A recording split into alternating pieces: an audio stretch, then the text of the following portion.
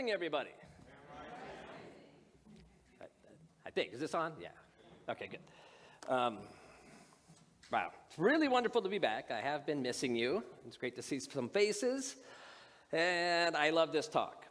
Now, contrary to what Reverend Emil said last week, I did not give him a gentle scolding. He said that. Yeah, I love Reverend Emil. He's a funny guy. Okay, so yes, Imagine. What a wonderful song. I love it. Thank you for playing it. But I want to draw your attention not away from it, but to another John Lennon song of Give Peace a Chance. Where he says, never mind the isms, just give peace a chance. We got to give it a chance. Because here's what I would want to say is, I think the greatest hindrance to us experiencing peace on a global scale, the obvious answer would be like the warmongers, those that profit from this, those that want it. But we're placing that outside of ourselves. So yes, there are those people that war is their thing. That's what they're here to do. And so it's not our business to say we can't have peace because of them. It's our business to say, who says we can't have peace? I can create peace now. So I think what I'm going to, I'm losing words.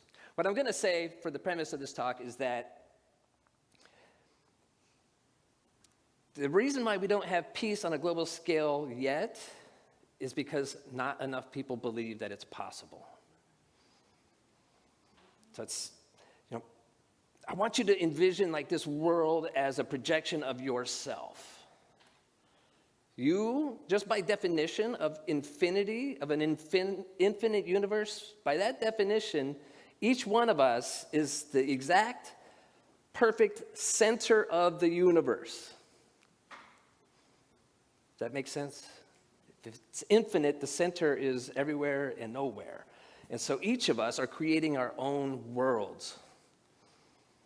And that's where peace begins. We can't look out there for it and say, I can't be peaceful because of all that's going on out there. That's the reverse of how we actually create life. So we need more people that just want to give peace a chance. Now, John Lennon was absolutely a visionary, spent time with the Maharishi Mahesh Yogi as well. I think that's the one, the Maharishi. There's a couple.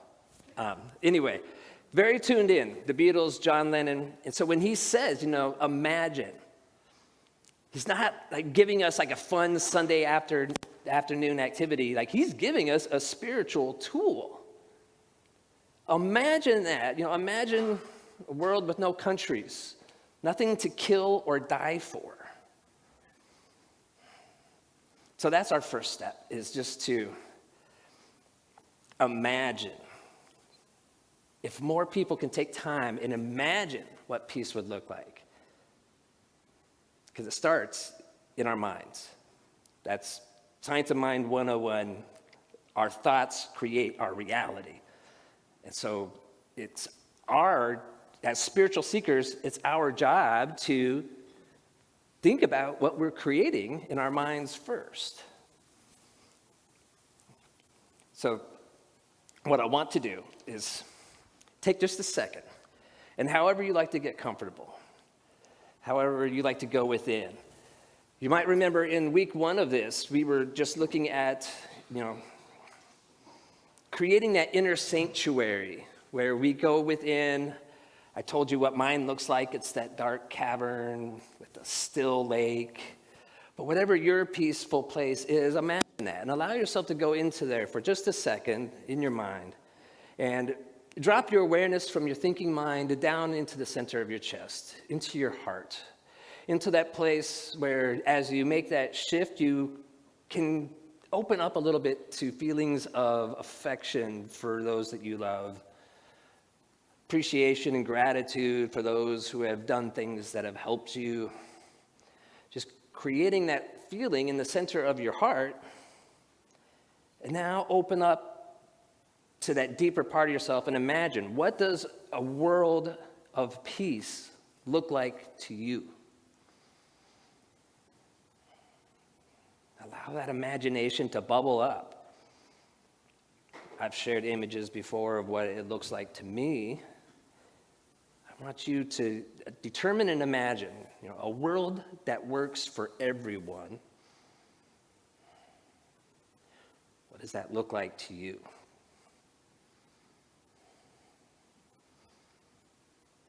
What do people look like? What are they doing? What do schools look like?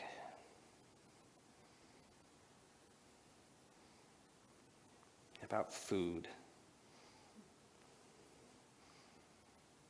About cityscapes, naturescapes?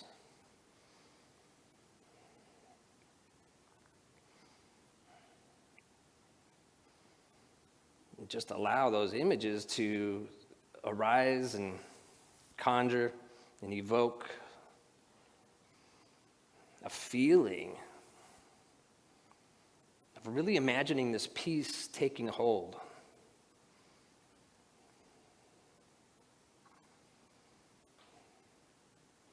And I don't want to taint your image, so I'm keeping my ideas within right now. But as you get an idea of what a world that works for everyone looks like to you, go ahead and come back into this space. And I invite you to turn to somebody maybe that you didn't come with, or if that's who's closest to you and that's all you can do, go ahead. But just share, like, one of the images that you had. And if you're online and watching it, I really want you to type it into the chat, if you're watching on YouTube, and just share. What's an image of peace that came up for you? And share it with one another and let them share back.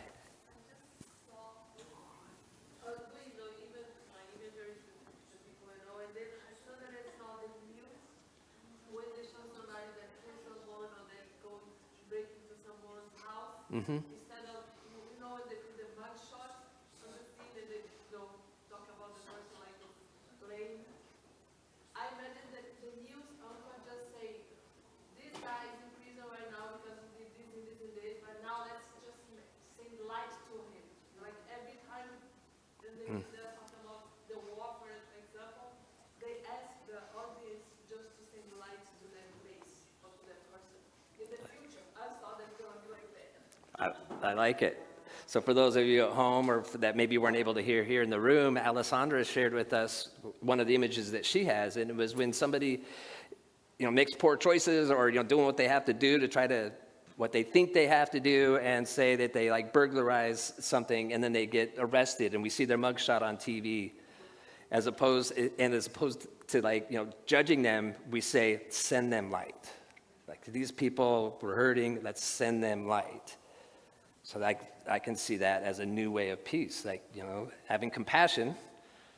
Because if we met everybody's needs, I don't think we would have the people out there doing the things that desperate people do. And the way that we think about people. When people commit crimes and then we say things like, that's an animal, that person's a monster. That person's a person. Did a monstrous thing, but they're a person. And everybody's always watching, and these thoughts that we hold. So if we have these judgmental thoughts or condemning thoughts for others, we feel it. But when we can open up to the idea that everybody is worthy of compassion and forgiveness, then we start to create that peace flowing out. So did everybody have images? Did ideas come up? And then, did you hear something new from somebody that shared one of their images with you? So it's literally like a creative technique to be able to go within and just imagine it. Because, like we talked about in that very first week, in your personal universe, you will never have world peace if you don't feel it yourself within. You can't experience that which you're not. But the good news is, I'm guessing at least once in everybody's life, at least once, you've had a moment where you felt peace. That means it's within you. So you're good. You can draw on that and build on that. And that's what Spirit wants us to do. Really wonderful quote by Ernest Holmes that I think can be our guide this week. He said, for anybody that's not able to see it, it says, "World peace is a thing that the average person believes is someone else's responsibility, when actually there is something very practical they can do about it." It's easy to look out there on the world and say our leaders need to get their stuff together and figure this out and create peace. Those people need to stop doing that thing, and then we can have peace. All of that is outside of our physical control, but what we hold within is where we have our power. So the science of mind teaches, we have a collective consciousness, and what we know and hold in one space is known in all space. So when we constantly take the time to give peace a chance, to sit down and imagine it, every time you do that, we're planting seeds in our collective consciousness. I feel like a broken record because I say this a lot. But as you do it, the magic and the beauty of it is that you slowly become more peaceful yourself, just by imagining what peace is, imagining what peace can look like in your life. And it's all tied together. The pragmatic pieces of when we are holding that peace within ourselves, when you go out in the world, you act in ways that are different than what you did before you had that thought. If you wake up in the morning and you're late and you just bust out that door and you're rushing, you're honking the horn because that guy needs to get out of your way so you can make it to your job on time or whatever it is, as opposed to I'm rushing, okay, I woke up, I'm late, but that's the perfect time to find that peace within. Say, okay, I need to get to work immediately. However, I know my drive's going to go more smoothly if I just take a second to picture my path clearing, to picture peace, to picture my guidance, to picture and imagine the fluidity of time opening and expanding to get me where I'm going in the divine right time, in the perfect place. All these things, we show up differently in the world, and people around us feel it. People on the road may not know it, that they had two versions of you that they could have crossed paths with that day. The one that's honking and get out of my way, jerky, or whatever. But or the version that that they had no idea the work that you did, but the world's a more peaceful place. And the more that you do that work, then the more you might notice when somebody else is doing that work too. When you're just out and about and you just recognize that person gave an intentional smile to me. They said something nice to me. When we're in our place of peace, we notice those things. But when we are in our place of just constant running, going, I got to take care of this, I don't have enough time, I don't have enough money, I got to go, you don't tend to notice those things quite the same. And those gifts are all over the place. We are that peace, and the peacemakers are all over the place. And it doesn't matter what their isms are, what they believe, what religions they practice. They are placed into your individual universe with that metaphysical impress to remind you, to guide you, to demonstrate what you have within. What we see out here is a reflection of what we have within. So if you want to see more peace in the world, you be more peace within. And that slowly is how we contribute. I love what Valerie shared about the groups that are Israeli and Palestine working together to create peace. I remember this is back in around 2015 or so. I went and saw Greg Braden talk, and he shared a video. And it was, I believe it was Palestinian, and I can't find this video for the life of me, and it was big back in 2015. But it was one person, and it's like holding a sign, and it says, "I don't hate you." And then it was a short video, like about a minute and a half, and he said, "How can I hate you? I don't know you. But, my country, my leaders say I have to hate you because of who you are. But I don't feel that, is what this guy is saying. I don't feel that. So I want you to know I don't hate you. I would like to get to know you. And then after that video went viral. And now, forgive me, and I really apologize that I don't remember if he was out Israeli or Palestinian. It doesn't really matter, because after he did, people on the other side said, yes, that. And they held up their signs and said, I don't hate you either. I don't hate you either. The core of what we are inside, we don't hate each other. We're here to love each other, but we live the way that we've been living for so long. The reason why I believe so few people believe that peace is possible in our lifetime is because what people will say, well, look around, there's war, there's always been war, it's our nature. Well, our nature is change. And the way things have served us. They've gotten us right to where we are, and we've survived as a species, so our experience has done its purpose, so that we are here and we are promulgating and we're continuing on. But at some point in our evolution, in our spiritual evolution and our mental evolution, as we learn like life is more harmonious when we use our words to get our ideas expressed, when we open up in cooperation and cross political aisles and cross international borders to say, let's work together on this. It's hard to believe sometimes, but there is less war and conflict on the planet right now than any other time in human history. It's really hard to believe that because we see it all. But as technology has advanced and gotten us to where we can see it all, it means we can also monitor it and watch as we progress and transform. We've got a ways to go, but it begins with all of us within our imaginations, within our creative capabilities, using the one mind of spirit. All consciousness comes from that. And so we create peace within ourselves. Now this is the same quote that Valerie shared during the reading. I'm going to read it for anybody that doesn't see it. It says, individual peace is the unit of world peace. A peaceful world is possible only if it consists of individuals with peaceful minds and peaceful physiologies. So to see peace in the world, we be peace. When we get to enough people, Jimi Hendrix said, when the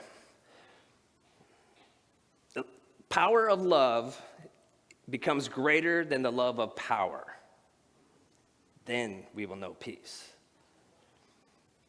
And what I want to say is that's the only true power that there is. Because the idea of might makes right, who's the most powerful, and I'm going to, force this way of being, that's temporary. You can never hold on to it.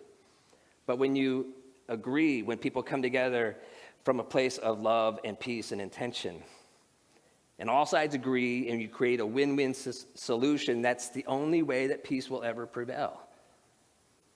And I know we're ready for that as a human race, but it takes us from the ground up. We can't wait for them at the top to make this for us. We make it for all of us.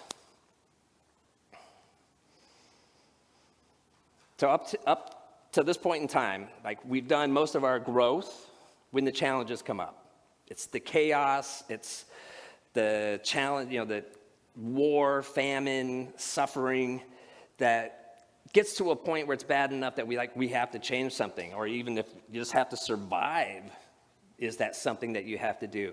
That's where we've come from massive growth. But as we evolve as human beings, we're at a place now where we can consciously choose. I want to continue to grow. I want to create more peace, but I don't want to have to do it through all those ways that are so hard and so challenging, so painful, where somebody's going to suffer. We can choose to do that, and that's where, Centers for Spiritual Living comes in when we say we're creating a world that works for everyone. It's our choice. And so we can let go of the need for chaos and choose to come together. It takes time, takes commitment, but it takes people like you who are tapping into the idea that there's something bigger than ourselves, who have known it for a long time. But the thoughts that we hold absolutely control what we experience and what we say to ourselves about the world.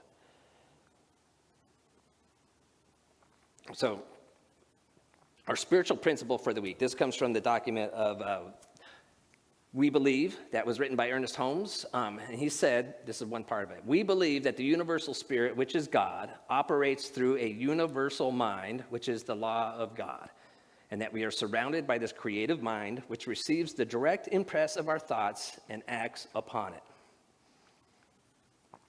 So this is what Ernest Holmes was saying, many years ago. This is what we're saying now. So there's the one universal mind. All thought, all consciousness comes from that one place. And you can call it whatever you want. Ernest Holmes calls it God. But we are surrounded by it. We are projections of it, and we are part of it. So what you hold, all thought knows, and that's creating the world that we live in. So our spiritual...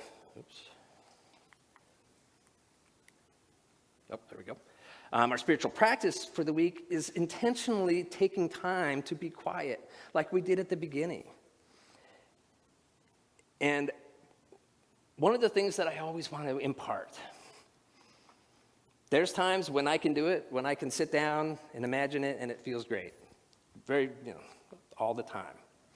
But there's also times when things are just not going the way that I wish they were. Maybe I'm feeling exhausted, too many things on my plate, and I'm like, I know I would like to sit and imagine and go into my meditation, but some days you just don't have it. And that's okay too. So I want to remind people, my mantra is PWC, pray without ceasing. And that's reminding me to keep myself into that thought and into that space. But at the same time, I also want to remind us all that we're human beings, and sometimes sitting back and doing nothing is creating peace. And then when you have that energy again later, then we go in as frequently as you can and just imagine, what does that peace look like? What does that peace look like within me? And what does my world look like when I am in a more peaceful place? And the more times you ask that, the more times the ideas come to you and they ripple out. So our affirmation, this is shared by Reverend Kathy Mastroianni, says, and I'll read it once and then we'll all read it together. I imagine the world peacefully living as one. Thank you, John Lennon. So let's all say that together if you would. I imagine the world peacefully living as one. One more time with some feeling. I imagine the world peacefully living as one. So as Master Teacher Jesus said, that a grain of faith the size of the seed of a mustard seed can move mountains. Can you really believe that it's possible to see peace in your lifetime? I share the story of before the pandemic happened, when I had that realization that there was a part of me and that I had picked up on from lots of other people in the Science of Mind, Centers for Spiritual Living movement, that we say we're creating a world that works for everyone, but there's that hesitancy yeah, but it's not going to happen in our lifetime, but it's going to happen. We're going to do it. And when I had that realization, wait a minute. There is part of me that thinks it's outside of my lifetime. If that's the case, if everybody's feeling like that, it's always going to be just outside of our lifetimes. And once I had that realization, I'm like, why can't it be? We are creating this. It is absolutely possible in my lifetime to see a world that works for everyone. I want to know that when I leave this planet and leave my children behind, that they don't have to go through whatever kind of destruction it might take to create that world. I want to know that we are creating it together and we don't need that chaos to do it. We can intentionally choose to create peace. We can intentionally choose to see the humanity in every single person. The people that are here that I talked about at the beginning, the warmongers or whatever, they're a character in your individual universe, and they're here to remind you that it's your choice. Shifting the world into it's a projection of you as an individual, so it's all up to you.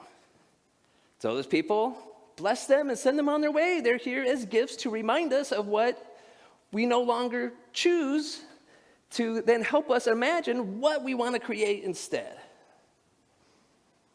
Does that make sense to everybody? A little bit? Okay. All right, let's take that within. And just know that there is one infinite mind. And it's within each and every one of us. It is the part that breathes our bodies. It is the part that pumps the blood through our bodies. It is life itself, and it is always expanding. It is always rippling out. It wants to create harmony. It wants to create peace, because it is pure love with a capital L. That's all it is. And it wants to know itself, and in order for it to do that, it acts through each and every one of us. So I affirm and avow that mind, that one impulse, that desire for peace is speaking more and more loudly to more and more individuals, and that more and more people are waking up and leaning into an actual faith and a belief that peace is at hand. That right now in this world, there is more than enough people who feel love in their heart, and they want to extend that out across the world. That they want to see people fed. They want to see people with shelter. They want to see people helping one another, creating new art, new science, new technology, people coming together to create more harmony and peace, to where everyone's needs are met, so that everyone can thrive. And each individual brings their own unique gifts to the world, creating a beautiful, colorful tapestry, harmony, picture of love and peace from every corner of the globe. That love is all that matters. So that as new generations are born into a world that never knew war, that never knew destruction, that only knew creativity, expansion, exploration, and loving consciousness. So in gratitude for that law, for that creative part of the universe that takes our words and our thoughts and manifests it in our physical world, I say thank you for that part of the spirit that inspires us to desire greater and greater things for one another. I say thank you for each and every individual that's hearing these words. I say thank you for listening, for caring, for looking within yourself and discovering that one presence within, and that it is yours to nurture, expand, grow, and express in the world. May it bring comfort, peace, and joy, and greater expansion in this world as we share it together. And I release these words affirming, Spirit's got us, and we got it. And so it is. Thank you.